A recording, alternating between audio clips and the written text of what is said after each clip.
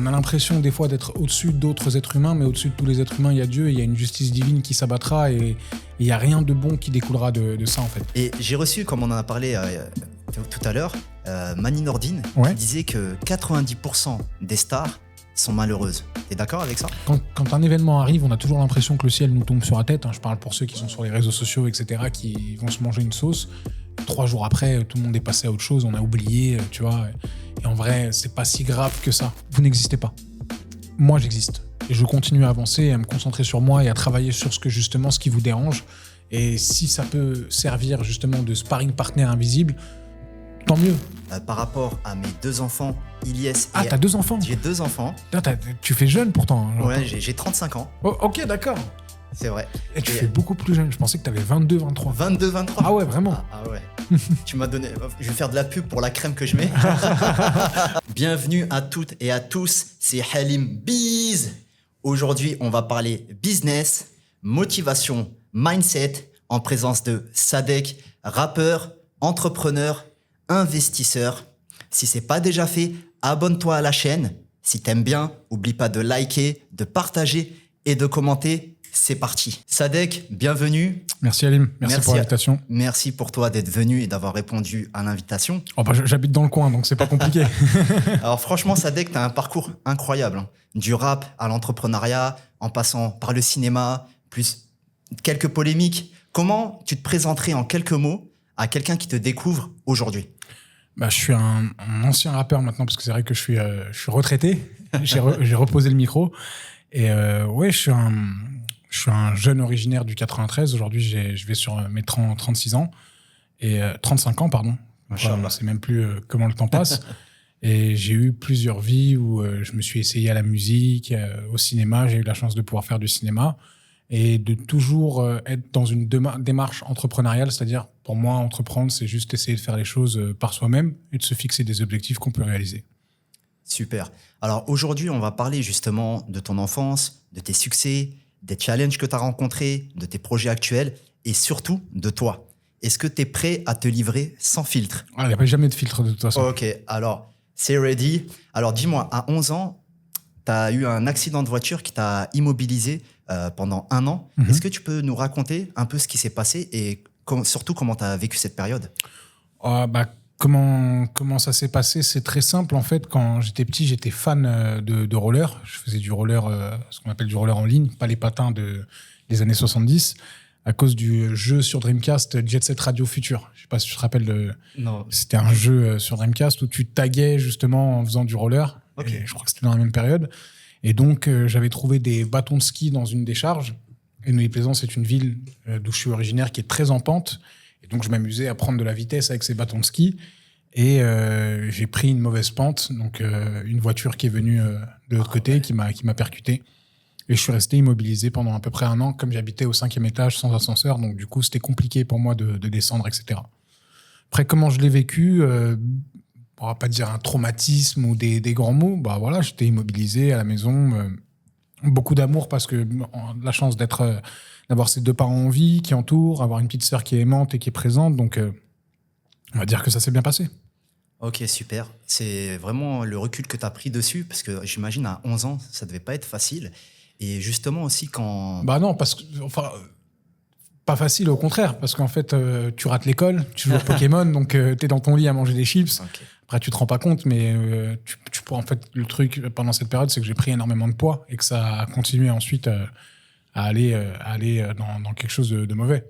Et pour rebondir sur ce que tu viens de dire par rapport au surpoids, comment tu as vécu cette période de ta vie où justement tu avais pris beaucoup de poids ? Encore une fois, il n'y a pas de traumatisme ou de truc particulier. Je veux dire, on vit avec, en fait. On ne se rend pas compte de quelque chose de particulier, à proprement dit. Mais ça a été problématique, en fait, pas en termes sociaux, mais au niveau de la santé, parce qu'à un moment, j'étais quand même arrivé à 198 kilos. Et donc, il a fallu que je fasse une opération, parce que mes genoux, ils tenaient plus. Il y avait beaucoup de choses qui n'allaient pas. Et en vrai, c'est l'escalade qui fait qu'à un moment, tu te réveilles et tu te dis, mais je suis monstrueux, en fait. Il faut que je change. Ouais, je comprends. Et justement, pour les jeunes qui subissent des jugements ou du harcèlement, par exemple, à l'école aujourd'hui, quel message tu souhaiterais leur transmettre? Bah, en fait, plus qu'aux harcelés, c'est aux harceleurs parce que on se rend pas compte, mais il y a rien de pire que de vivre avec ça. En fait, ça prouve tellement un mal-être, l'époque dans laquelle on vit, la violence dans laquelle on vit. Des fois, quand je vois des choses sur les réseaux sociaux, en plus tout est amplifié parce que maintenant, à travers le prisme des réseaux sociaux, tout va en boule de neige. Et je pense que vivre dans cette position-là, d'être une bully, une brute, etc., c'est invivable et ça va mener qu'à des mauvaises choses parce que on a l'impression des fois d'être au-dessus d'autres êtres humains, mais au-dessus de tous les êtres humains, il y a Dieu, et il y a une justice divine qui s'abattra et il n'y a rien de bon qui découlera de ça, en fait. Et on dit beaucoup, ne faites pas aux autres ce que vous n'aimeriez pas qu'on vous fasse. Moi, je suis plus dans un autre principe qui est faites aux autres ce que vous aimeriez qu'on vous fasse. Et en vrai, les espèces de plaisirs éphémères qu'il peut y avoir dedans, d'avoir l'impression d'être en toute puissance, ça va vite s'arrêter, en fait. Parce qu'il y a un retour de médaille qui est très violent dans ça. Je comprends. Et donc, du coup, pour le côté victime, tu leur dirais, si tu aurais une personne aujourd'hui qui vivrait ce genre de choses, tu lui dirais, qu'est-ce que tu lui dirais? De s'accrocher, que en vrai, toutes les épreuves, elles sont pour les gens qui ont les épaules pour pouvoir les surmonter et que justement, ça va fortifier, ça va forger. Tu sais, on vit dans une ville qui est quand même ultra sécuritaire et des fois, je me dis, est-ce que c'est pas aussi quelque chose de non bénéfique pour mon enfant, dans le sens où ne pas être confronté à la violence du monde extérieur, est-ce que ça lui permet de forger une carapace assez grande pour pouvoir affronter le monde, tu vois? Je pense que toutes ces épreuves, toute cette violence, elle est absolument pas nécessaire, mais une fois qu'on la vit malgré soi, il faut l'embrasser dans une forme où en fait ça fait partie de soi, surmonter et avancer. C'est que des moments pour forger. Tu sais, c'est comme quand on prend l'exemple du muscle. Je vois que tu fais du sport, machallah. Donc tu sais que Un petit peu. tu sais qu'un muscle, pour qu'il se construise, il faut le détruire d'abord. C'est l'effort physique. C'est pour ça qu'on monte les charges ou les répétitions. C'est justement le fait de pouvoir éprouver le muscle. Le cerveau, c'est pareil, et l'esprit encore plus. Plus on va l'éprouver, plus il se construit. Donc ils sont en pleine construction et il faut surtout pas désespérer ou lâcher l'affaire. Super. Et avec le recul, tu dirais que ces épreuves, l'accident, le surpoids, etc., est-ce que ça a forgé ton mental et ta détermination pour réussir? Ça a forgé malgré moi parce qu'en vrai, j'ai beaucoup souffert toute ma vie de quelque chose, c'est d'un manque de discipline et de rigueur. Et j'ai eu beaucoup l'impression ces derniers temps qu'il était trop tard pour pouvoir l'acquérir. Quand je me lance dans plein de choses, en fait, c'est bien d'avoir la volonté, d'avoir la motivation. Et en fait, je me suis rendu compte en 2024 avec beaucoup de désillusions et beaucoup de choses qui ne se sont pas passées comme je voulais, que je pouvais manquer de discipline ou de rigueur sur certaines choses. Et donc, une fois qu'on identifie un problème, on l'a déjà réglé à 50%. Pour moi, c'est le cas. Et j'apprends maintenant justement à contrôler et à être plus discipliné, plus rigoureux dans tout ce que je fais. C'est le plus important. Super. Alors, on va parler maintenant un petit peu rap. Ouais. Moi, personnellement, j'ai grandi, tu sais, à Trappes, plus précisément Ok, d'accord. à Georges Sand, le square de La Fouine. Ouais, bien sûr. Et je me souviens... Square GS. Exactement. Et je me souviens, étant petit, il y avait beaucoup de rappeurs, des dizaines de rappeurs, rien que dans mon square. Qu'est-ce qui fait, selon toi, qu'à un moment donné, il y a un rappeur qui perce? Est-ce qu'il y a une pattern que tu vois où chaque histoire, elle est unique? En fait, ce qui est marrant, c'est que, tu vois, c'est pour ça que je passe du coq à l'âne, mais tu vas comprendre, on en parlait en off, j'aime beaucoup les mêmes coins, parce qu'en vrai, c'est pas quel va être le meilleur, mais ça va être la différenciation qui va faire quelque chose. C'est-à-dire qu'à un moment, être meilleur, ça veut plus rien dire, surtout qu'aujourd'hui, selon les goûts et les couleurs, on va dire que c'est pas forcément les meilleurs rappeurs qui vont avoir la plus grande carrière, mais ça va être le fait de pouvoir être original, et c'est ce pattern-là de différenciation qui va faire qu'à un moment, les gens vont s'intéresser à toi. Ok, super. Et personnellement, toi, tu as eu des hits, tu as eu des flops, hein, comme tous les artistes. Bien sûr, bien sûr. Comment tu résumerais rapidement ta carrière de rappeur? Je la résumerais comme un graphique de même coin, c'est-à-dire très en dents de scie, des fois 1000, des moins 90%, pour repartir à fois 10 000. Et voilà, ça n'a jamais été stable, en fait. Ça a toujours été au gré des envies. J'ai été avant-gardiste sur certaines choses, des fois peut-être pas dans le bon timing du tout, mais j'ai toujours fait ce qui me plaisait et ce que je voulais, donc j'ai vraiment aucun regret dessus.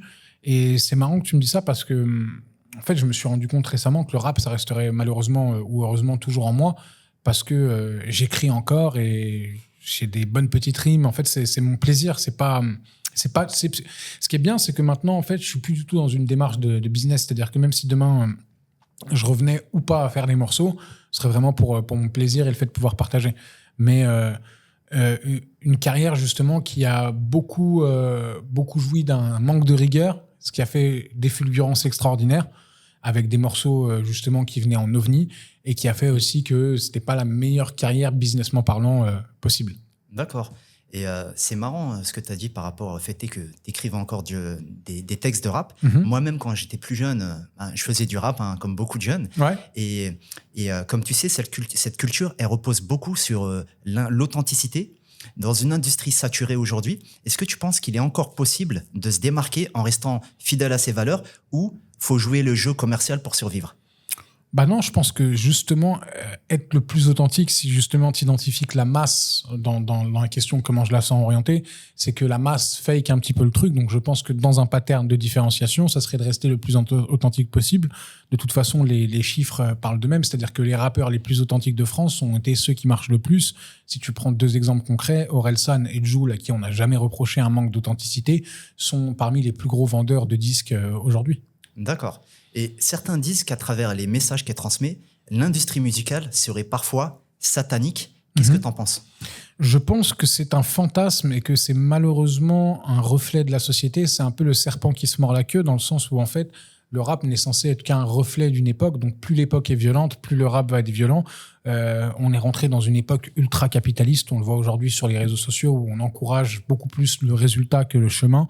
Quand on va prendre par exemple les filles qui vont montrer leur corps sur OnlyFans ou autre, etc. On en pense qu'on veut, mais au final, on va glorifier leurs résultats, peu importe le moyen, parce qu'on est rentré dans une société ultra-capitaliste, société qui est complètement drivée par les réseaux sociaux et le fait que les jeunes sont victimes de beaucoup trop de tentations. Donc, tu sais, c'est très facile, de juger cette jeunesse, mais c'est très dur de se mettre à sa place et de comprendre ce qu'elle vit. Et je n'aurais pas du tout aimé avoir 20 ans dans les années 2020. Je pense que c'est très compliqué aujourd'hui. Ouais, je suis d'accord avec toi. Et en 2024, tu as décidé de mettre fin à ta carrière. C'est quoi qui t'a poussé à prendre cette décision? C'était en fait un manque de connexion à l'industrie, au rap, je m'y retrouvais plus en fait, j'appréciais plus ce que je faisais dedans et Dieu merci, à travers les années, j'ai eu la chance de pouvoir quand même me mettre à l'abri parce que pour raccrocher, il faut quand même avoir un petit bagage de côté.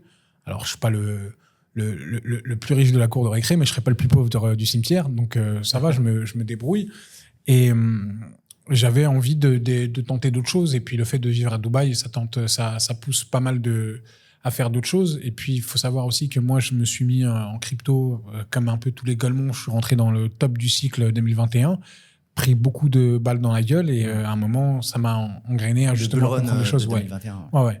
Où j'avais commencé en 2020, mais 2021, c'est vrai que je me suis pris plein de murs en faisant les erreurs classiques, c'est-à-dire acheter les tops, vendre les bottoms. Acheter la vente, vendre la rumeur. Exactement. Super. Et j'ai reçu, comme on en a parlé tout à l'heure, Mani Nordine, qui disait que 90% des stars sont malheureuses. Tu es d'accord avec ça? Je pense aussi, ouais. Je pense aussi parce qu'en vrai, le vrai paiement de la star, c'est une affection qui n'est pas légitime, dans le sens où c'est pas de l'amour bâti sur des qualités personnelles. C'est-à-dire qu'on sait que des artistes sont odieux, on prend souvent le caprice de star, on va parler de Jennifer Lopez, Mariah Carey ou ce que tu veux, mais pourtant les gens les adulent et donc ils sont boostés à cette espèce d'adrénaline émotive qui forcément on en veut toujours plus et il y a un moment où en fait je pense que oui, ça déconnecte des émotions humaines, ça déconnecte de la réalité et ça fait que forcément on court toujours après quelque chose et des émotions fictives qui sont bizarres en fait à recevoir. Exactement ça. D'ailleurs, il disait que l'illusion devient à la fin la réalité. Ah oui, à 100%. De toute façon, il y a beaucoup qui fake it till you make it, mais à un moment, on vit dans le Truman Show. Et puis, surtout que, en fait, quand tu es une star, entre guillemets, je ne me considère pas l'avoir été, même si j'ai eu parmi des plus gros hits de 2015 ou 2016. Oui, mais une star, c'est quand même autre chose, tu vois. Moi, j'ai été un bon artiste, mais je le vois, en fait, c'est que tu deviens un produit et en même temps un business. Donc, ça veut dire que des gens dépendent de leur satiété par rapport à toi, tes états d'humeur qui vont faire est-ce que tu vas être OK pour faire les choses ou pas faire les choses. Et donc, c'est très compliqué, en fait, à vivre et à faire vivre à son entourage, j'imagine. Tu as fait tes débuts au cinéma dans Tour de France aux côtés de Gérard Depardieu. Comment tu as vécu cette expérience? Oh, ça a été une expérience incroyable. Hein. C'est peut-être l'une des plus belles expériences de ma vie, professionnellement parlant, et humaine aussi, parce que déjà, j'ai eu la chance d'avoir mon premier rôle au cinéma qui était un premier rôle, donc c'est-à-dire le rôle principal. Euh, et ça a été une chance de pouvoir tourner avec Depardieu, dans le sens où j'ai beaucoup appris, beaucoup rigolé, je me suis beaucoup amusé. Et c'était pas tombé forcément dans la meilleure période de ma vie parce que c'était une période où je manquais énormément encore une fois, de discipline et où j'étais en roue libre totale. Donc, c'est vrai que je l'ai plus vécu comme un rêve sans vraiment le comprendre ce qui m'arrivait à ce moment-là. Et je trouve que c'est bien parce que dans le cinéma, on voit malheureusement pas souvent des jeunes, déjà issus même de la banlieue, de l'immigration. Ah, beaucoup moins maintenant, il y en a beaucoup plus. Il y en a beaucoup plus maintenant quand même. Et justement, au moment où toi tu l'as fait, c'était aujourd'hui on a Omar Sy, on a des personnes qui Ouais, sortent mais du Omar lot. Sy était là bien avant moi et puis beaucoup plus gros. Omar Sy, c'est Jurassic Park. Et est-ce que toi tu sens qu'il y a déjà eu des tensions par rapport à ça? Est-ce que tu as déjà été vu d'un point de vue différent ou pas? Est-ce que tu as senti une différence? Forcément, mais je vais pas. En fait, il faut comprendre le truc, c'est-à-dire qu'à un moment, moi, je me rappelle d'une anecdote sur le tournage où je dois faire un freestyle que j'écris, que j'écris la veille pour le lendemain, que je dois interpréter, que je dois apprendre, etc. Et il y a quelqu'un de l'équipe technique qui vient, il me fait « Allez, yo-yo, c'est à toi !» Et donc, je les réunis et je leur explique que derrière ce truc de yo-yo, etc., voilà la gymnastique mentale que je m'apprête à faire en utilisant des mots qui peuvent leur paraître plus compréhensibles à eux dans leur jargon, qui comprennent que ce n'est pas juste un yo-yo de rappeur, que personne ici n'est capable de faire ce que je vais faire là. C'est pour ça qu'on me demande à moi de le faire. Mais après, il faut pas rentrer dans un truc de victimisation par rapport à ça. Je pense qu'il y a un manque de compréhension parce qu'il y a un manque de connaissances et des fois, justement, expliquer les choses plus convenablement et se mettre à la place de l'autre, c'est beaucoup une manière de faire comprendre son point de vue. Super. Et si tu pouvais choisir un rôle dans un film hollywoodien, ce serait lequel et pourquoi? Je sais pas si c'est un film hollywoodien, mais un film que j'ai beaucoup aimé dernièrement, c'est Le Comte de Monte Cristo avec Pierre Niney. J'ai trouvé que c'était un film extrêmement bien réalisé, film d'époque. Et c'est vrai que Le Comte de Monte Cristo, ça aurait été un beau rôle à jouer dans toutes les trahisons qu'il a, etc. Moi qui suis très croyant, il y a une scène que j'aurais pas osé faire quand il arrive dans l'église. Je sais pas si tu l'as vu. Non, je l'ai pas vu. Puis spoiler alerte, mais à un moment, il arrive dans une église et il a tellement subi qu'il vient et qu'il s'adresse à... Donc lui, il est chrétien, il s'adresse à Jésus qui est comme ça sur la croix et qui lui dit je viens pas te demander quelque chose cette fois, je viens te prévenir. Je vais obtenir vengeance tout seul après tout ce qu'ils m'ont fait. Tu peux plus rien pour moi. Et je l'ai trouvé super, super Kaira, ce film. Ok. Ben, d'ailleurs, on va basculer justement au niveau sur les controverses. Je reviendrai pas sur les détails de l'affaire. On peut revenir sur tout, hein, ça fait partie de la vie. Hein, c'est pas... Oui, voilà. Je peux pas l'effacer, je peux pas le cacher. Je veux dire. L'idée, c'est vraiment d'essayer de... Je reviendrai pas sur les détails de l'affaire avec Bassem, mais humainement parlant, quelles leçons, toi, t'as tirées, que ce soit sur toi-même, sur les relations humaines et sur la gestion des conflits? Sur la gestion des conflits, c'est qu'en vrai, ignorer, c'est vraiment gagner le conflit. C'est-à-dire que, surtout dans un conflit comme ça, de réseaux sociaux, etc., et puis surtout, il y a quelque chose que j'ai toujours dit, hein, qui me dégoûte par rapport à ça, c'est de l'image donnée, qui est indélébile derrière, qui est ineffaçable. C'est-à-dire de aller se faire justice soi-même comme ça... c'est avec du recul, je veux dire, j'ai un enfant, je trouve ça totalement ridicule et je l'ai toujours dit. Hein, voilà, aujourd'hui, je suis plus par rapport à des problèmes judiciaires par rapport à ça. Donc ceux qui pensaient que c'était une posture, ça l'est malheureusement pas pour eux. Clairement, c'est pas quelque chose dont je suis fier, dont je suis content, etc. Et surtout qu'il y a une escalade stupide et en fait, il y a une espèce de règle des 3 jours qu'il faut savoir s'imposer, c'est-à-dire que quand un événement arrive, on a toujours l'impression que le ciel nous tombe sur la tête. Hein. Je parle pour ceux qui sont sur les réseaux sociaux, etc., qui vont se manger une sauce. Et 3 jours après, tout le monde est passé à autre chose, on a oublié, tu vois. Et en vrai, c'est pas si grave que ça, je veux dire. Donc il faut apprendre à se contrôler, c'est gagner beaucoup plus que de réagir bêtement. Et en vrai, quand on a l'impression qu'on réagit, on a l'impression d'être fort, mais en fait, on est faible parce que on n'arrive pas à contrôler ses émotions et c'est le manque de contrôle d'émotions m'a fait beaucoup de mal dans ma vie. Donc j'imagine, est-ce que tu penses que la violence, ça résout les problèmes? Absolument pas. Je pense que ça résout absolument rien. Je pense que tu sais, il y a un ami une fois qui a été trahi devant moi, qui est dans la musique, et je citerai pas son nom. Et voilà, il partait en stratagème de guerre, mais avec les moyens de pouvoir le faire. Et à un moment, je me rappelle, on est tous les deux dans un couloir et je lui dis, parce que comme moi, je ne suis pas impacté autant que lui, je lui dis la vraie vengeance, ça serait de justement laisser couler, te concentrer sur tes projets et de faire en sorte que dans 2-3 ans, il s'en morde les doigts. Et en vrai, je pense que c'est la meilleure des réactions parce qu'il l'a fait et que ça a très très bien marché. C'est justement de se concentrer sur soi et de continuer à faire ce qui va déranger les autres. C'est-à-dire qu'en vrai, quand quelqu'un te veut du mal, qu'est-ce qu'il veut ? Il veut t'éteindre, entre guillemets. Mais tu peux pas éteindre des gens qui n'ont jamais été allumés. Tu comprends ce que je veux dire ? Donc, il y a un moment où, en fait, ah d'accord, c'est ça que vous voulez, je sais pas, parler avec des ennemis, balancer des choses intimes, etc. Pas de problème. Vous n'existez pas. Moi, j'existe. Et je continue à avancer, à me concentrer sur moi et à travailler sur ce qui vous dérange. Et si ça peut servir justement de sparring partner invisible, tant mieux. On a tous besoin d'un peu de compétitivité, un peu d'adversité pour réussir à avancer. Et c'est comme ça où c'est plus intéressant. La meilleure des violences, c'est de se la faire à soi-même. Et puis il y a des fois aussi où il faut aussi admettre, voilà, j'ai pas été bon sur ce coup-ci, j'ai pas été bon sur ce coup-là. On a tous le droit de faire des erreurs. On est tous enclins à des tentations diverses et variées. Mais à un moment, est-ce qu'on est maudit ? Je pense pas. Je pense que ce qu'il faut, c'est regarder vraiment ce qui va pas, analyser ce qu'on a mal fait et se faire violence à soi-même pour avancer sur ça. Tant qu'on est en vie, on peut encore le faire, peu importe l'âge. Essayer de s'améliorer au fur et à mesure. Ouais. Ok. Et il y a eu une fameuse altercation avec un automobiliste qui, à l'époque, avait fait le tour des réseaux.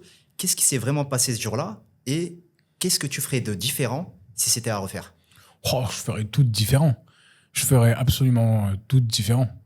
Ce qui s'est passé ce jour-là, c'est qu'on a eu un accrochage automobile dans lequel j'étais alcoolisé. Déjà, ça, je l'aurais fait différemment, vu que je bois plus d'alcool maintenant depuis plus d'un an.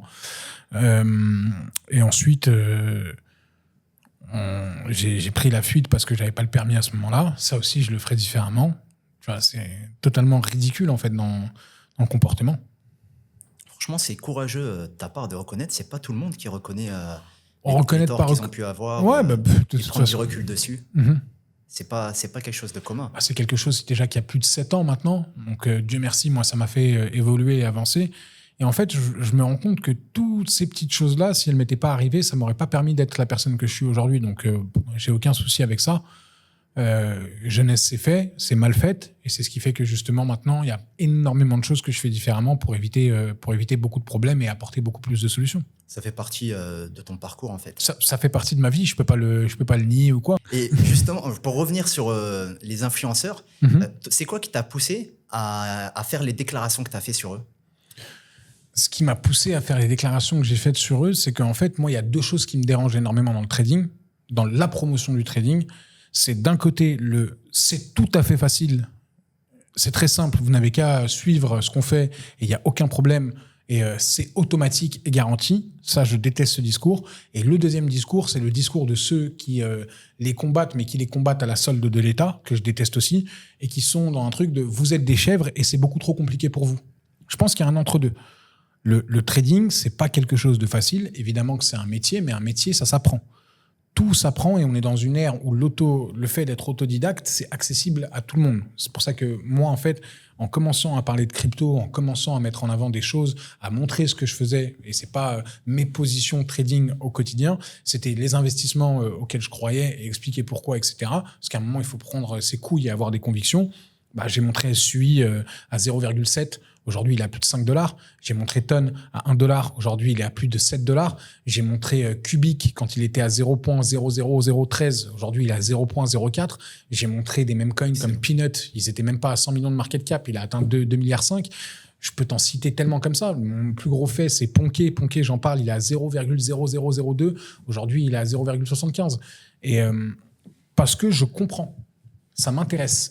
Et je pense que quand on est intéressé et quand on est vraiment dans une démarche de comprendre et qu'on est passionné, il est possible justement de réussir à faire des gains, que ce soit en crypto, en stock market, en tout ce qui va concerner l'investissement. Alors, ça ne va pas être facile, mais il faut y aller avec justement rigueur.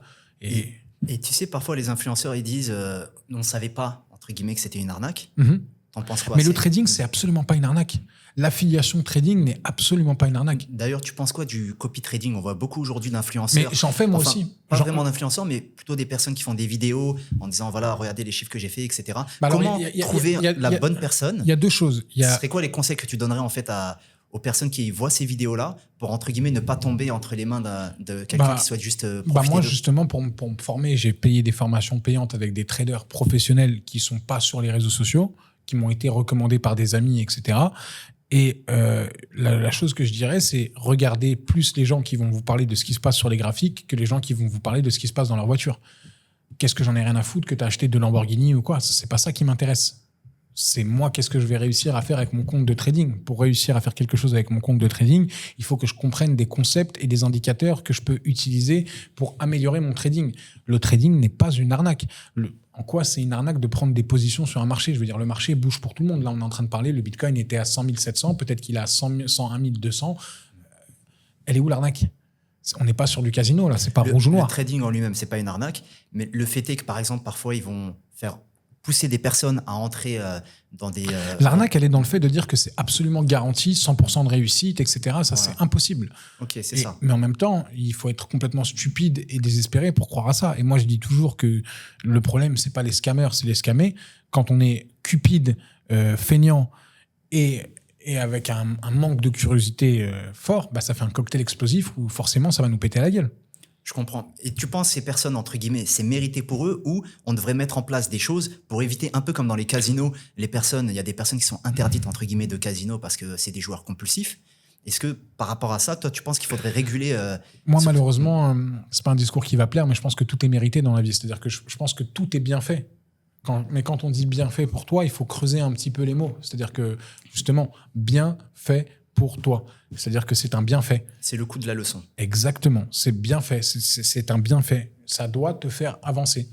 Le trading en soi, je veux dire, je connais des gens qui gagnent des millions d'euros en trading. On les connaît aussi. J'en ai interviewé un qui est un Français, qui est le plus gros retail au monde, qui s'appelle Karl, Hightech Capital. Je veux dire, va lui dire à lui que le trading, c'est une arnaque. Je crois, moi, qu'on aimerait tous être arnaqués comme lui. Mais avoir son chemin d'apprentissage et la vie chaotique qui a été aussi la sienne pendant un moment pour justement arriver à ces performances-là, est-ce que tout le monde y est préparé? Est-ce que le football est une arnaque? Je te pose la question. Non. Plein de parents mettent leurs enfants dans des centres de formation. Il y a combien de Cristiano Ronaldo qui sortent par an? Je sais même pas s'il y en a un deuxième qui va sortir. Tu comprends ce que je veux dire? Ouais. On sera pas tous des Cristiano Ronaldo du trading, mais à un moment, si c'est un plaisir pour toi, oublie. En fait, moi, ce que je fais, même dans mon groupe ou quoi, c'est que je m'adresse avec des passionnés. C'est oublions l'aspect financier. Il y a des gens qui vont... des fois, j'envoie des résultats de membres. Les gens ne comprennent pas. Ils me disent, ouais, mais il a gagné 15 $. Oui, mais sur un mouvement de 20 $ de marché, c'est énorme en fait, parce qu'on a un money management qui est adapté, parce qu'on apprend énormément de choses sur le risk management et on essaye de justement faire des choses à aller dans le long terme. Cette personne qui gagne 20 $ aujourd'hui, le même mouvement, quand elle a fait grossir son compte à peut-être 5 ou 6 000 $, c'est 200, 300 $ qu'elle gagne sur le même mouvement. Et ce mouvement, elle est capable de le faire maintenant. Ok. Donc vraiment, l'idée, c'est vraiment que les personnes fassent attention et qu'ils se forment. Oui, bien sûr, mais c'est qu'ils apprennent et qu'ils prennent plaisir. Et puis même, de toute façon, ce qu'on conseille toujours, c'est, avant de commencer avec un compte live, etc., c'est de commencer avec un compte de démo, c'est de voir comment est-ce qu'un marché bouge, c'est de comprendre ce qui se passe, c'est d'essayer des stratégies, comme on dit, backtester, c'est super important. Voir ce qui va marcher pour toi. Est-ce que tu préfères prendre des positions sur plusieurs journées, sur des heures précises de la journée? Il y a énormément de facteurs qui rentrent en compte et il faut les comprendre et les analyser avant de réussir à faire quoi que ce soit. C'est comme demain dire le e-commerce, c'est de l'arnaque parce que tu n'as pas réussi. C'est pas vrai. Je veux dire, dans ce cas-là, tout est de l'arnaque. Ouais. Faire de la boulangerie quand on a un mauvais boulanger, c'est de l'arnaque alors. De toute façon, il y a des gens qui réussissent, des gens qui échouent. Ça fait partie. Bien sûr, l'important c'est et de toute façon, il faut tester des choses aussi. Peut-être que le trading, ce n'est absolument pas adapté pour tout le monde. Il y a quelque chose qui me déroge énormément, c'est de faire croire que le trading est une recette miracle pour sortir de la pauvreté. Moi, comme je dis souvent, le trading est la manière la plus difficile de faire de l'argent facile. Et pour faire de l'argent en trading, il faut déjà du capital. Donc moi, je pense que déjà, le trading s'adresse à des gens qui ont déjà des moyens. Je sais pas, demain, on n'est pas tous, je veux dire... L'argent que les gens n'ont pas forcément besoin. C'est pas pour les joueurs de Squid Game. si tu as compris ça, tu as tout compris. C'est pas t'es endetté et tu vas venir régler tes problèmes dans le trading, c'est pas vrai, parce que même si tu arrives à faire des gains, le problème, c'est que tu ne vas pas savoir t'arrêter. Parce que si tu as moins 20 000 euros dans ta vie de tous les jours et que tu gagnes 1 500 en trading, tu vas devenir fou et tu vas prendre des risques inconsidérés en te disant que c'est trop facile et tu vas commencer à perdre 10, 15 000 Le euros. syndrome du trader fou, comme disait Tammy Kabaj, j'avais vu. Tammy Kabaj, justement, qui est très intéressant. Ouais. Tu me demandes des gens qui sont intéressants à suivre en trading au niveau information, etc. Il y a Casper que j'ai reçu qui est extraordinaire, qui est jeune et qui explique beaucoup de concepts ICT, SMC, Fair Value Gap, etc. Casper, je trouve très intéressant. Sébastien Barça, Tammy Kabaj, je veux dire, on arrive facilement à voir qui est legit ou n'est pas legit. Ok, super. Alors, on a bifurqué sur les cryptos. J'avais prévu d'y venir, mais non, ça fait rien. Donc, du coup, je reviens un petit peu sur le sujet. Mais c'est parce que je suis vraiment passionné, en fait. Ouais, c'est super intéressant. Et en plus, en ce moment, on est vraiment dans une phase où les cryptos intéressent de plus en plus de monde. Et je pense que les gens ont besoin aussi d'entendre le discours que tu dis. Le discours, là, c'est de vendre, hein, c'est pas d'acheter. Ça y est, en fait, moi qui l'ai subi en 2021, un bitcoin à 100 000, on n'achète pas. Voilà. Bah vous avez entendu, les amis. Alors, pour continuer, tu as parlé ouvertement de tes luttes contre certaines addictions, la drogue ou l'alcool. Ça a été quoi le déclic pour toi qui t'a permis, tu t'es dit vraiment là maintenant, je dois reprendre le contrôle de ma vie? Oh, ça n'a pas été que reprendre le contrôle de sa vie, etc., comme le mec dans Flight, tu sais, genre... Non, c'est pas ça, c'est je dois passer un cap. Je dois passer un cap. Je me suis bien amusé, c'est surtout ça. Je pense qu'il est temps de fermer la boucle. En fait, je me suis vraiment bien amusé, même un peu trop. Et je pense qu'il est temps de passer à autre chose et d'avancer vers de nouveaux horizons. Pour être tout à fait honnête, c'est vraiment ça. Ok. Et aujourd'hui, est-ce que tu as des routines particulières ou des outils qui te permettent de préserver justement cet équilibre mental et physique que tu souhaites avoir? Physique, vraiment, je me force à aller au sport tous les jours. Mais quand tous les jours. Ouais, tous les jours. T'es chaud. Ouais. Mais en fait, tu sais, même quand t'as pas du tout envie ou que tu sais que tu vas pas faire ta séance, même si c'est 15 minutes, j'y vais. Tu vois, ne serait-ce que faire un peu d'halter, commencer un petit peu le tapis, je me dis en fait que c'est toujours mieux que de pas l'avoir fait du tout. Et je me force à aller vraiment tous les jours au sport. Tous les matins, je me réveille La discipline. Ouais. Tous les matins, je me réveille à 5 heures. J'ai mon horloge interne qui est comme ça. Voilà, se lever à 5 heures, regarder un petit peu le marché, regarder un peu ce qui m'intéresse, ce qui s'est passé la veille. 7 heures, j'emmène mon fils à l'école. 8 heures, je vais au sport. Et après, à 10h30, 11h, je commence à travailler un petit peu sur tout ce que je fais dans la journée. Ok, une bonne routine, c'est important avec des habitudes fixes. Ouais, 22h, je suis au lit tous les soirs, vraiment. Et c'est pas par discipline, etc. C'est vraiment ma routine de vie. Je suis bien comme ça en ce moment, en fait. Je kiffe vivre comme ça. Au début, c'était difficile. Maintenant, c'est devenu normal. Parce que j'imagine qu'au début, ça devait être difficile quand tu as commencé, par exemple, le sport, etc. Bah, en fait, ce qui a été facile pour le coup, c'est que je suis rentré d'un voyage religieux où c'est là où j'ai vraiment stoppé complètement l'alcool. J'avais déjà arrêté un petit peu avant. Mais en rentrant de ce voyage, je me suis dit, ça serait tellement dommage, en fait, je me voyais plus, en fait, boire ou fumer. Et j'ai complètement arrêté ça. Après, attention, je suis pas la personne la plus pieuse du monde ou un exemple de vertu incroyable. Personne n'est parfait. Je pense que justement, le vrai exemple, c'est de continuer la lutte, quoi qu'il arrive. Vraiment, vraiment, vraiment. Il y a beaucoup de gens, même tu sais, qui vont juger, justement, on parlait des filles sur OnlyFans ou n'importe quoi, ou les gens qui vont avoir des péchés affichés, qui vont leur dire, oui, mais toi, si tu fais ci, tu fais ça, pourquoi est-ce que tu vas... Non, justement, ce discours, c'est comme quelqu'un qui rentre d'une randonnée et qui est complètement sale et qui demain doit aller retourner en randonnée et lui dire, mais pourquoi tu vas prendre une douche, demain tu vas aller retourner dans le sable. Ça n'a absolument aucun sens. Je pense que le plus qu'on va faire de bien, le plus qu'on va essayer de se faire de bien, le mieux c'est, quoi qu'il arrive. Et ne pas juger surtout, parce qu'avant de juger les autres, il faut se juger soi-même. Juger les autres, c'est une bonne manière de ne pas se juger soi-même, justement. Et de se dire, ah bah tiens, ils sont comme ça, ils sont comme ci. Et surtout qu'en fait, avec les réseaux sociaux, où on a l'impression de vivre la vie de tout le monde, c'est beaucoup plus facile de se concentrer sur celle des autres que sur la sienne. Exactement. On va parler maintenant un petit peu de l'évolution de ta carrière en dehors de la musique. Se lancer dans l'entrepreneuriat, c'est toujours compliqué, comme tu le sais. Quel défi t'as rencontré en te lançant dedans?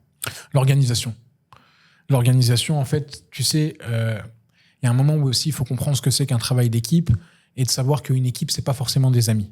C'est très important de comprendre ça, c'est-à-dire que Tu sais, nous, rappeurs, on vient toujours d'un truc où, en fait, ton manager, c'est ton pote, etc.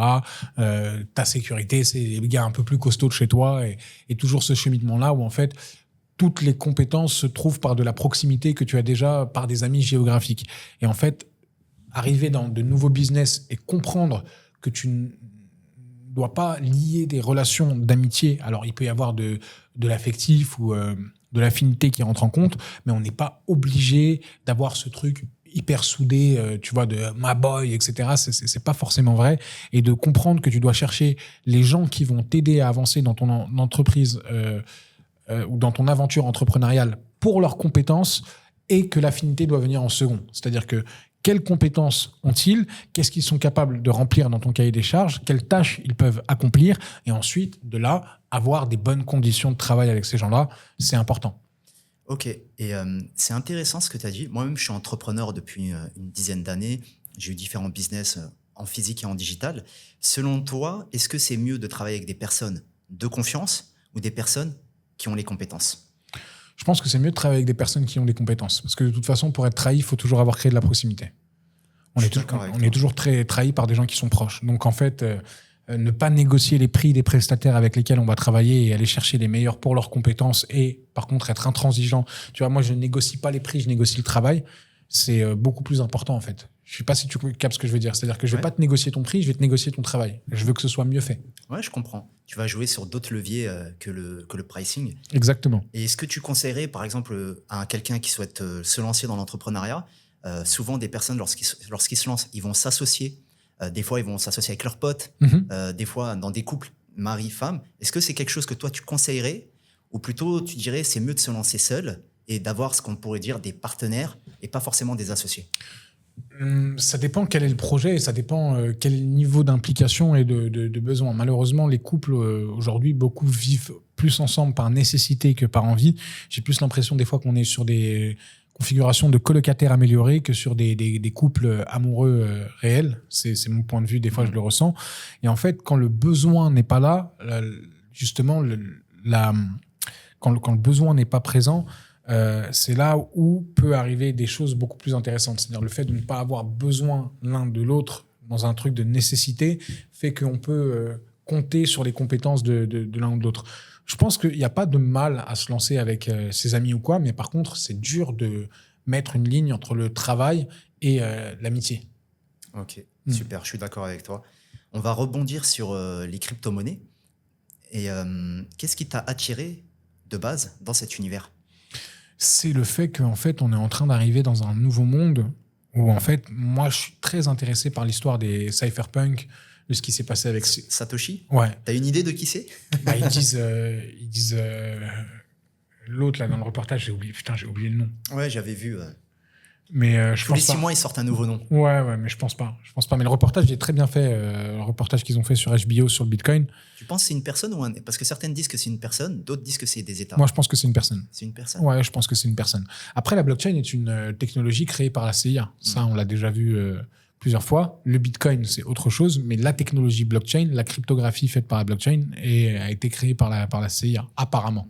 Et tu penses quoi du fait qu'aujourd'hui, Donald Trump souhaite créer une réserve fédérale de Bitcoin? Je pense qu'il a absolument tout compris, dans le sens où, en fait, quand on ne peut pas combattre quelque chose, on le contrôle. L'erreur que Joe Biden a faite et que Kamala Harris, Gary Gensler et toute cette bande-là, c'est justement un moment d'essayer de combattre ce qui n'est plus combattable. Il démissionne, je crois, en plus, prochainement. Il doit le virer, officiellement, ouais. Okay. Lui et Elon, ils vont lui faire la guerre à Gary. Mais...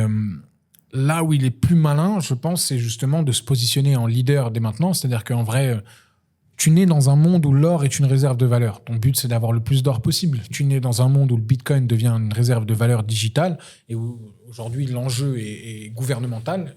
C'est des entités étatiques qui se battent aujourd'hui pour avoir le plus de Bitcoin possible. Quand justement Donald Trump dit que tous les Bitcoin vont être minés aux États-Unis, c'est absolument impossible. Par contre, le fait de le dire, c'est de montrer qu'il veut se positionner en leader sur le minage de ce qui reste de supply. Et c'est incroyable.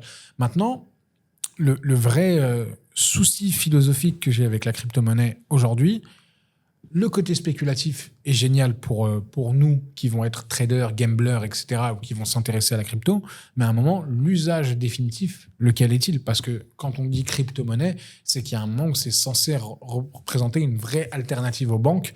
Or, aujourd'hui, dans beaucoup de pays dans le monde, il y a encore une vraie barrière à l'entrée. Je pensais à faire justement une série de vidéos où j'allais dans plusieurs pays dans le monde et où, avec de la crypto, je devais passer 24 heures en voyant comment est-ce que je peux vivre réellement, en fait. Comment est-ce que je peux aujourd'hui aller en Algérie et me loger, manger, me déplacer en crypto-monnaie et en utilisant que des crypto-monnaies. Ouais, c'est vrai, c'est intéressant. C'est vrai qu'il y a encore beaucoup de barrières, pourtant ça fait peut-être une dizaine d'années, je crois. Ça fait une dizaine d'années. Aujourd'hui, on est en 2025. Ça fait 16 ans maintenant que le Bitcoin existe. C'était arrivé en 2009. Au début, c'était une blague. Et puis maintenant, au fur et à mesure, tout le monde le prend au sérieux.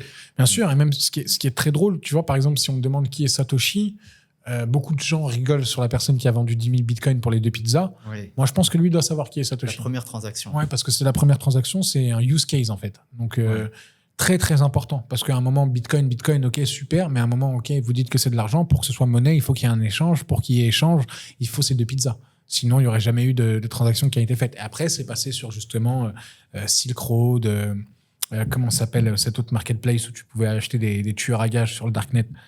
Ce truc allemand, là. J'ai oublié le nom, mais voilà, ça a été la monnaie. Il y a toujours eu un use case, en fait. Ok.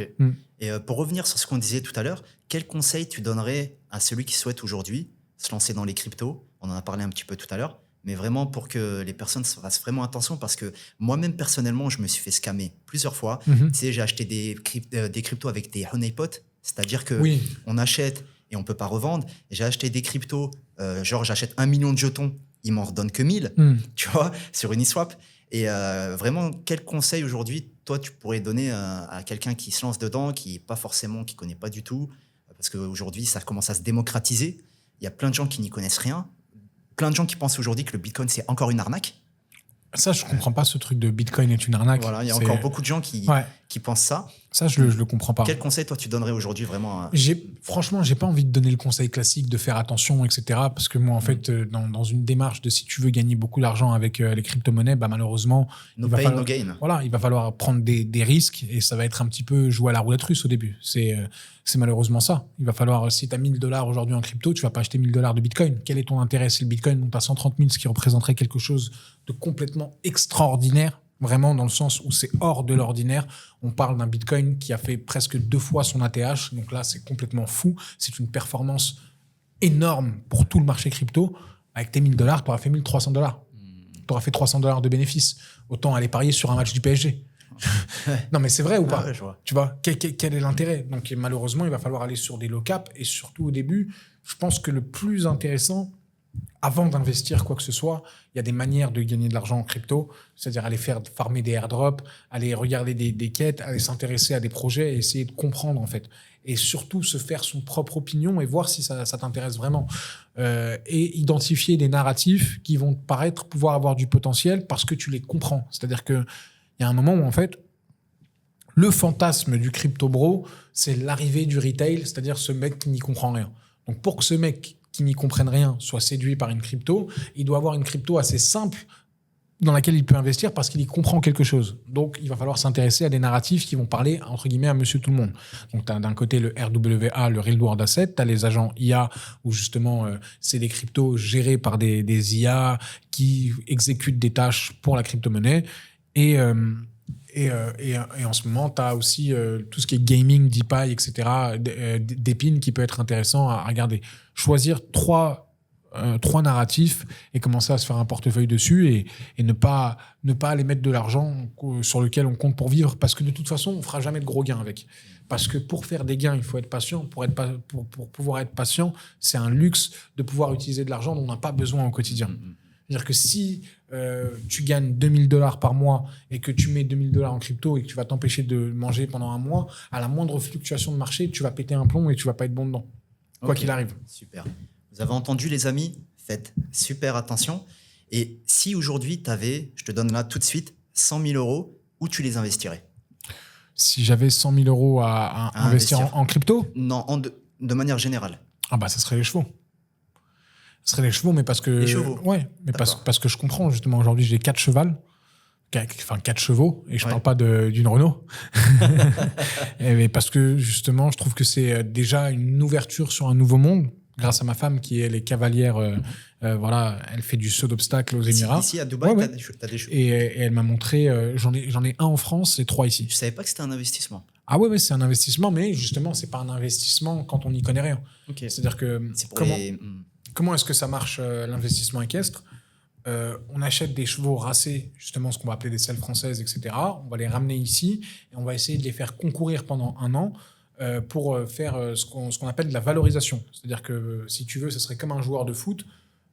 Désolé de donner cet exemple-là, mais tu trouves que ce joueur est exceptionnel, tu vas t'occuper de lui, payer, etc., pour qu'il soit dans les meilleures conditions, pour qu'il marque, etc., jusqu'à ce que le Real veuille l'acheter. Et à ce moment-là, tu participes sur la transaction. C'est ça qui va être intéressant dans les chevaux de saut d'obstacle. Ok. Et toi, c'est de l'achat-revente ou... Oui, c'est de l'achat-revente, mais c'est pas de l'achat-revente sur 3 semaines. C'est-à-dire que c'est pas tu l'achètes en octobre et tu le vends en novembre. C'est un peu comme si tu prenais une voiture, tu la customises, on va dire. Tu augmentes la vitesse, la puissance, et après tu la revends. Je sais pas si ça marche comme ça dans les voitures, mais l'exemple est bon. C'est ça en fait. Le meilleur exemple, c'est l'exemple de miser sur un joueur de foot ou de miser sur un étudiant, tu vois, d'être mécène, c'est-à-dire que tu t'occupes de faire en sorte que le cheval soit dans les meilleures conditions possibles, accès aux meilleurs cavaliers, gagner des prix, et ensuite ces prix font qu'il a une valorisation et que justement, tu vois. Et l'IMO à Dubaï, t'en penses quoi? C'est pas un investissement intéressant? Si, je pense que c'est un investissement très, très intéressant. Le flip immobilier à Dubaï, c'est un investissement très intéressant. Mais je mets un mais pourquoi? Pas pour dire que justement c'est une bulle spéculative ou ce qu'on entend, parce que c'est totalement faux. Ça continue à monter et ça continuera à monter tant que Dubaï représentera une alternative aussi extraordinaire aux pays, ce qu'on appelle aux Western countries. Mais mieux que Dubaï, aujourd'hui, il y a Sharjah, il y a Ras Al Khaimah, il y a Fujairah, il y a plein d'émirats qui sont en train de se développer et à un moment qui vont attirer énormément de monde chez eux. Justement, moi, j'ai mis du côté de Ras Al Khaimah et de Sharjah et je pense que c'est plus intéressant. Le casino, je crois. Le casino, mais c'est pas tant au casino que je crois, parce que je pense que quand on va avoir ce casino, les gens vont vouloir bénéficier des complexes hôteliers et que si tu as un Airbnb, tu vas avoir affaire à la pire clientèle possible, c'est-à-dire les gens qui veulent faire ce qu'on ne peut pas faire dans un hôtel, dans le Airbnb que tu mettras à disposition. Mais je pense qu'à côté de ça, il va y avoir une vie qui va se créer, des gens qui vont avoir besoin de se loger, de travailler, etc., à proximité de RAC, et qu'à ce moment-là, ce sera plus intéressant. Ok, super. Moi, je me suis installé, tu sais, ici à Dubaï, principalement par rapport à mes 2 enfants, Ilyes. Ah, t'as 2 enfants? J'ai 2 enfants. Tu fais jeune pourtant. Hein, ouais, j'ai 35 ans. Oh, ok, d'accord. C'est vrai. Et tu fais beaucoup plus jeune. Je pensais que tu avais 22, 23. 22, 23. Ah ouais, vraiment. Ah ouais. Tu m'as donné... Je vais faire de la pub pour la crème que je mets. Ah, pourquoi pas. Tout ce qui peut ramener du fric. En général, on me donne 26, 27, 28. Mais c'est vrai que je fais beaucoup plus jeune. J'ai bien 35 ans. Alhamdoulilah, j'ai 2 enfants, Ilyes et Ali, que j'embrasse très fort d'ailleurs. Et l'idée pour moi, c'était de venir ici justement pour leur donner un meilleur cadre de vie et d'éducation. Toi, tu as choisi de venir ici. Qu'est-ce qui t'a attiré ici? Est-ce que c'est pour des raisons professionnelles, personnelles ou les deux? D'abord, c'est personnel. Parce que vraiment, moi, j'ai toujours trouvé qu'en Europe, pas que ce soit en France, on était un petit peu vieillot et arriéré par rapport à l'Asie ou aux Amériques. Et Dubaï, je trouve le compromis justement que j'aimais entre l'Asie, Singapour, la Thaïlande et New York. J'ai vraiment l'impression qu'on a une mixité dans ça. Et surtout, je trouve que c'est peut-être la ville la plus tolérante que j'ai vue au monde, dans le sens où toutes les communautés sont les bienvenues. Et vraiment, ici, c'est la liberté des uns s'arrête là où celle des autres commence. C'est-à-dire que tant que tu fais pas chier qui que ce soit, tu peux faire tout ce que tu veux. C'est un GTA propre, en fait. Vraiment, tu peux faire tout ce que tu veux dans cette ville. Tu peux vivre. Tu sais, on est, je sais pas combien de millions d'habitants et on a tous un Dubaï différent. Ouais. Il y a le Dubaï des fêtards, il y a le Dubaï des traders, et même dans les traders, c'est pas tous les mêmes. Il y a le Dubaï des gens qui travaillent, qui viennent chercher une opportunité de vie. Il y a des gens comme moi qui sont retraités. On vit tous un Dubaï différent et c'est extraordinaire. C'est vrai. Et parfois, il y a des personnes qui disent, tu as déjà dû l'entendre, Dubaï, c'est superficiel, c'est fake, etc. C'est des gens qui sont jamais venus. Qu'est-ce que tu répondrais à ces personnes? Comment est-ce qu'on peut parler de quelque chose qui est fake alors qu'en vrai... c'est quoi? C'est le côté construit ultra rapidement qui fait penser ça? Ils voient les influenceurs, ils voient un peu une vie de... Oui, parce que c'est ce qu'ils regardent. En même temps, si c'est ça parce que c'est quelque part un peu le voyeurisme des réseaux sociaux. C'est-à-dire que on regarde des choses qu'on aime profondément, mais qu'on fait semblant de détester pour paraître bienséant. C'est aussi ça, le jeu des réseaux. Mais en même temps, si votre algorithme vous conseille ce genre de personnes, c'est parce que vous cliquez dessus de manière bien opportune. Donc, c'est hypocrite pour moi. Et je pense qu'en fait, Dubaï, il y a énormément d'authenticité aux Émirats quand on s'intéresse vraiment à l'histoire, à la vision du Cheikh Mohamed. Cheikh Momo, ce qu'il a fait, c'est complètement incroyable. Et en même temps, c'est une ville qui ne laisse absolument aucun répit aux feignants, et c'est ce que j'aime beaucoup. Ok, et c'est intéressant ce que tu as dit, ça me fait penser à l'époque Netflix, ils demandaient aux gens qu'est-ce que vous aimez comme film. Oui, J'ai vu ça. Et les gens, quand ils mettaient qu'ils aimaient par exemple des films par exemple d'action, Ouais. Netflix leur recommandait des films d'action, mais ils voyaient que les personnes, en fait, ils cliquaient pas, ils regardaient pas. À un moment donné, il y a un gars chez eux, il a dit, vous savez quoi, maintenant, on va plus prendre l'avis des gens. S'ils regardent un film, par exemple d'action, un film d'humour ou autre, on lui met le même type de film. Et depuis qu'ils ont fait ça, et ben en fait, leur taux de rétention a augmenté. Et au final, ça rejoint ce que tu dis. Mais tu sais que c'est complètement fou parce que quand tu regardes même ce truc de justement, quand on disait est-ce que le rap est sataniste ou est violent par rapport à ça, si tu prends le même reflet, on peut ramener la même chose dans l'industrie de l'entertainment en général. Et en fait, maintenant, ils se font plus chier. Ils ont compris qu'on était des animaux immoraux et qu'on est beaucoup plus intéressé par pornographie, violence extrême, etc. C'est pour ça que les séries sont de plus en plus violentes. La série la plus regardée du monde aujourd'hui, c'est Squid Game. Ça mêle tout ce qu'il y a de plus immoral chez l'être humain. Dingue, c'est dingue. Et au final, ça rejoint l'idée de dire que les gens, il faut pas... C'est un peu comme dans le business, il faut pas regarder ce que les gens disent. En fait, il faut regarder ce qu'ils font. Exactement. Ouais, à 100%. Ok, pour rebondir un peu, tout à l'heure, tu as parlé que le fait de venir à Dubaï, c'était accompagné aussi d'un voyage religieux. Et est-ce que tu peux me dire quelle place la spiritualité, elle a dans ta vie aujourd'hui? Elle a une place minimum dans le sens où je fais mes obligations religieuses et j'essaie de me combattre au maximum et ça m'apporte énormément de bien en fait. Et c'est compliqué en même temps parce que je suis toujours en perpétuel combat et j'ai compris que le combat ne sera jamais gagné tant que je n'arrêterai pas de combattre. Et je ne vise pas à être un exemple de spiritualité, de piété, etc. Ou qu'on croit que justement, je me cache derrière l'islam pour me trouver hyper moral. Et il y a des choses où, des fois, pour être très honnête, par exemple, dans le trading, je sais qu'il y a des choses qui sont complètement interdites, que je ne fais pas, comme les leviers. L'intérêt usurier, c'est-à-dire emprunter de l'argent aux plateformes, etc., pour prendre des positions plus grandes. Il y a des fois où c'est dur de me combattre par rapport à ça, parce que je suis comme tout le monde. J'entends des voix qui me disent « Putain, bah là, tu vois, tu gagnes 2000 parce que tu fais du spot avec un compte à 100 000. Mais si tu avais pris un levier x10 ou truc ou quoi, bah, c'est pas 2000 que tu gagnes, c'est 20 000 sur 15 minutes. » Et c'est dur de me combattre par rapport à ça.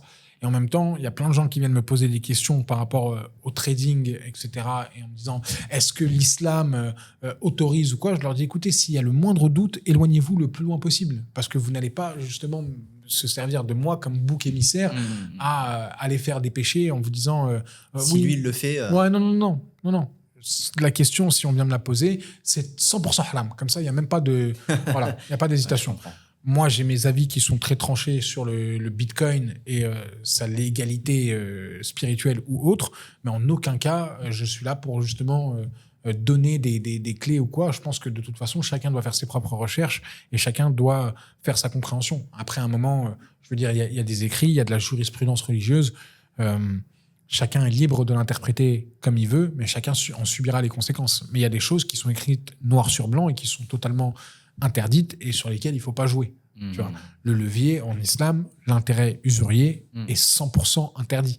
Le trading, c'est-à-dire aujourd'hui, ce qu'on appelle du trading, c'est de faire du commerce digital, d'acheter et de vendre avec des plus-values. Tu sais que par exemple, on n'a pas le droit de short. Le marché, ouais. Bah oui. Ouais. Parier à la baisse. Hein. Exactement. Et pourtant, ça représente aussi un moyen de faire beaucoup d'argent. Des gains de fou. Ouais, je comprends. En tout cas, franchement, j'apprécie beaucoup ta franchise. Et vraiment, on sent dans ce que tu dis que tu parles avec le cœur. Et entre guillemets, tu n'es pas là pour plaire, tu n'es pas là pour avoir un discours complaisant. Tu dis vraiment ce que tu penses. Et moi, j'apprécie beaucoup ça. Et si tu pouvais donner un conseil au Sadek de 11 ans, juste après son accident, qu'est-ce que tu lui dirais? Je lui dirais déjà de jamais boire d'alcool. Vraiment. de ne jamais boire d'alcool et de l'apprendre très vite à maîtriser ses émotions. Parce que quand on ne maîtrise pas ses émotions, c'est les émotions qui nous maîtrisent. Et là, on devient une poupée de chiffon. Et je l'ai été pendant très longtemps. Et c'est très, très dur, justement, de revenir de ça. Et je pense que le plus gros truc qu'on peut apprendre aux enfants, c'est la rigueur. La rigueur et la discipline. En fait, on ne doit pas combattre les envies qu'ils ont. Dire qu'un enfant, demain, qui te dit je te dis une bêtise, par exemple. Fumer, par exemple. Non, je veux fumer ou quoi.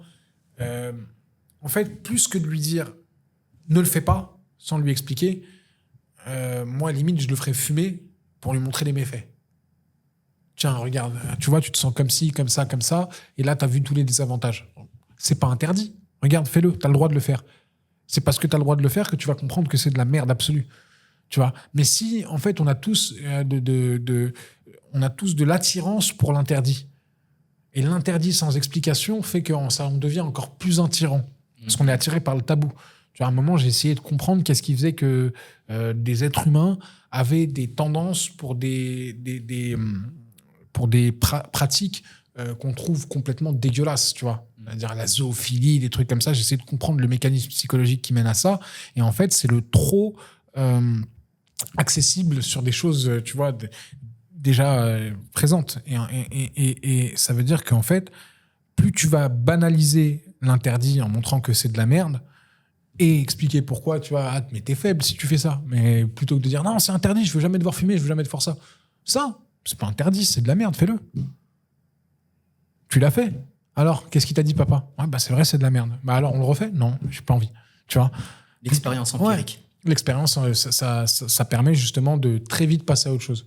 Surtout, c'est vrai qu'on est dans une société où aujourd'hui, et on le voit, comme tu l'as dit tout à l'heure, à notre époque, avec ce qui se passe sur les réseaux, on a l'impression que ça devient de plus en plus n'importe quoi, clairement, pour dire les choses. En fait, c'est moi-même qui a des enfants, toi aussi.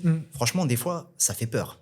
En fait, je pense que pour vraiment plus approfondir mon propos, plus que l'expérience, c'est-à-dire que c'est le dialogue qui est mené à ça, et ne pas rendre tabou l'interdit pour pas qu'il le rende plus attirant. Mais justement, expliquer que voilà, c'est interdit parce que ça va te faire du mal pour ci, pour ça, pour communiquer. Ça. Voilà, c'est vrai que nous, dans notre génération, je sais pas pour toi, mais c'est vrai que nous, moi-même, quand j'ai grandi, on avait des choses interdites, mais des fois, on nous le disait pas pourquoi. Juste, fais pas ça, faut pas faire comme ça, etc., etc. Ouais. Tu comprends pas, en fait. Ouais, bien sûr, et le fait que tu comprennes pas, ça t'attire encore plus. Tu vois, en fait, c'est hyper important de communiquer et justement d'expliquer quand quelque chose est mal, pourquoi c'est mal, etc., de prendre le temps. Et c'est vrai qu'on le voit, aujourd'hui, il y a de plus en plus, malheureusement, de divorces, de familles monoparentales.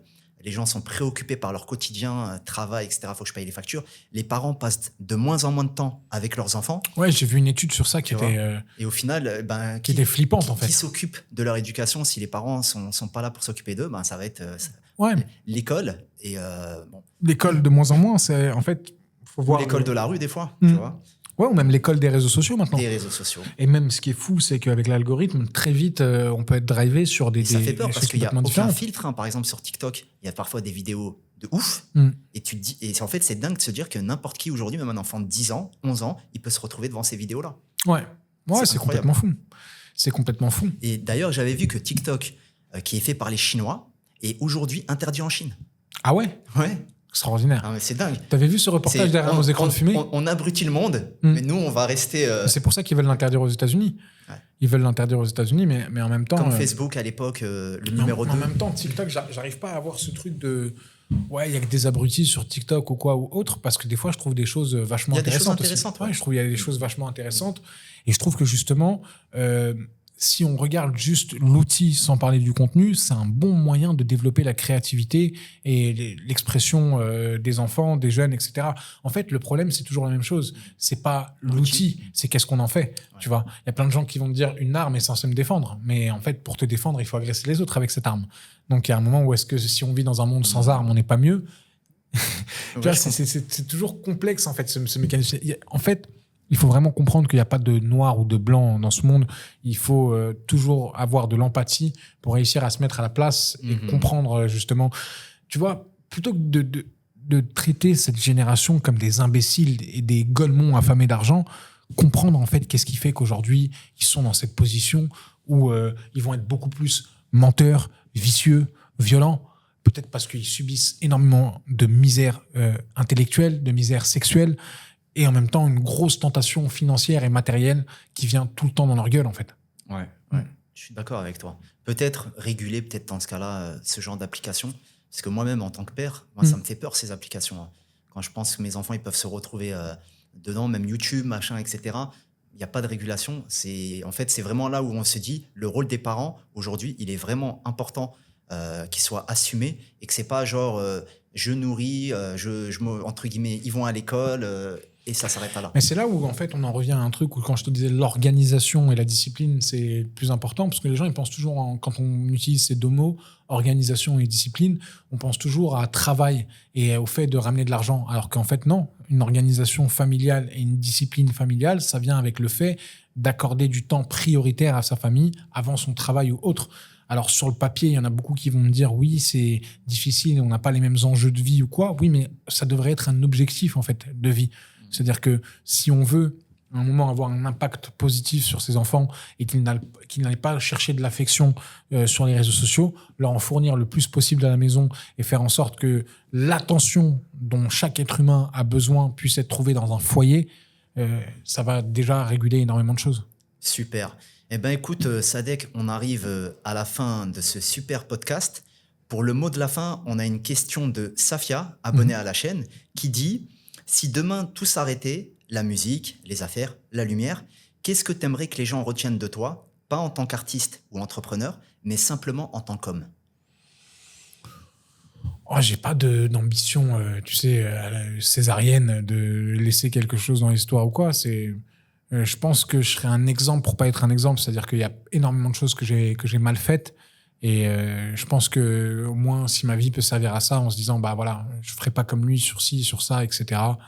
Et voilà. Mais malgré tout, ce que j'ai fait, je pense que la chose aussi qu'il faut retenir, c'est que j'ai toujours fait ce que je voulais, en fait.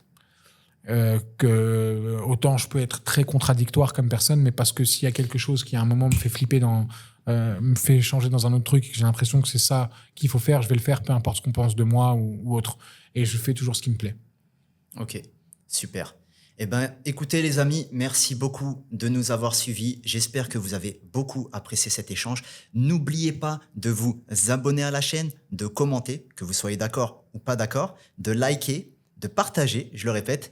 Merci beaucoup à toi, Sadek, d'avoir été aujourd'hui présent et d'avoir répondu à l'invitation. Franchement, cet échange a été super inspirant, que ce soit par rapport à ta vie, par rapport au crypto, par rapport à l'entrepreneuriat. C'était super inspirant et j'espère qu'on se reverra prochainement pour un prochain épisode. Avec plaisir, merci beaucoup. Merci à toi, à bientôt.